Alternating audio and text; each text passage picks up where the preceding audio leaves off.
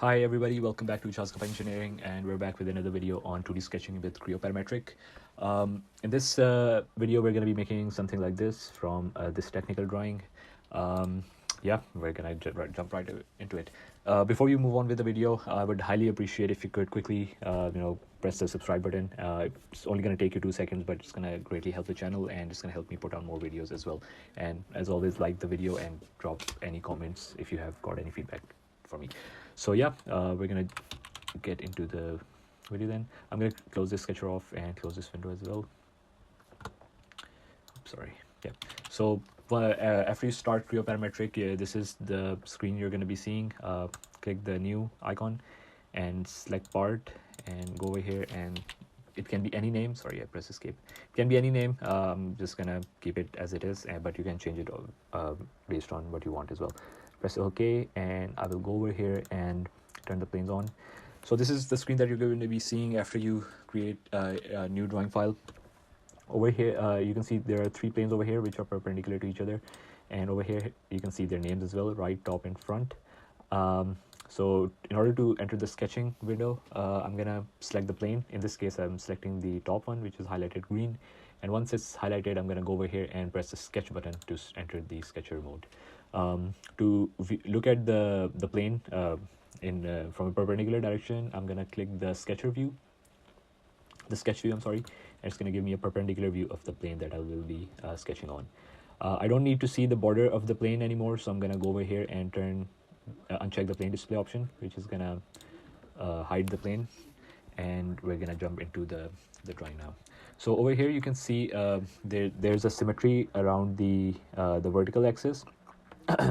So what we can do from that symmetry is that we can only draw one half of the drawing, and we're going to use the mirror command in the end to mirror the other half on the other side because of its symmetry.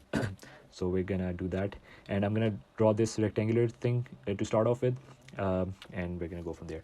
And one more thing, so I've linked down this technical drawing in the description as well, so you can find the link there to a Google Drive where you can download this drawing as well if you want to practice it on your own. So we're going to take this point as the origin, so 0 0, and we're going to reference all the rest of the stuff from there. So first of all, I'm going to go over here and select the rectangle command, and I will take one side on the vertical axis and then make a random rectangle like this. Press escape. You cannot see any dimensions because they've been turned off, so I'm going to go over here and check them so that they can be turned on. I don't need this bit of the rectangle, only this side. So yeah, let's see. So this rectangle is 10 by 47. From the origin, it is 15 units, 15 millimeter down and 32 millimeters up. So I will make a point on the origin like this so that I can reference the dimensions. I'm going to select these 2 points and then create a vertical dimension, which is going to be 15. Scroll up a bit, and this was 32.0, and this was 5 because obviously we're not making the complete rectangle. We're only making like one half of it. I'm going to log these commands so that they cannot be changed if I accidentally try and move it. So if I try to move it now, they won't change. So we've got this rectangle here. So now we can create this line segment, which is basically 20 from this from here. But what we can do is we can reference it from the origin, which is going to be 10 millimeters from the origin, the opposite side. So I will make a line over here. Oops, not this point. I'm going to select it again. Sorry, there's something wrong with my mouse. I don't know what's going on. I need a new mouse now.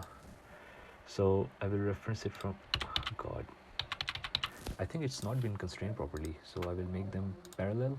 Okay, no, sorry, I'll delete that. Yeah, so line like this, and I will reference this point from here and make it 10.0, so now it's fully defined as well. I will log this dimension up again. Perfect. So now the most obvious feature of this drawing are these arcs. So we can make 2 circles at the same center, concentric circles, and then we've got this arc here as well. So I'm going to start off with these two circles. The outer one has a radius of 17.5 and the inner one has a diameter of 20. So I will select the circle command and make two circles in space. The inner one had a diameter of 20.0, and then the outer one had a radius of 17.5, if I remember correctly. 17.5 and 20, yes. So I will lock these dimensions up so they cannot be changed. Perfect. And then we've also got this arc with a radius of 15 millimeters. So I will make that as well, centered on the vertical. I will come all the way here and make sure it joins the outer circle tangentially, and then change this to 15, I think, yes. So radius, in order to convert the diameter to a radius, I'm going to select this button, make it 15.0, and lock this dimension as well. And then I will delete all the parts that I don't need, this one, so that there's a smooth joint like this. And I think the only thing that's left now, oh yeah, so I need to change these two as well, dimensions. So this center is, the distance between these two centers is 50. So if we divide by half, it will be 25 millimeter away in horizontal from the origin. So I will select these 2 points by holding control and then give it a horizontal dimension, which is 25.0. I will lock this, drag it all the way here, and then this dimension will be so 32 up and then 42.0 from the origin. Or what we can also do is we can just make it 10 millimeters, 10.0, yeah, and then lock this. I think there's something wrong here.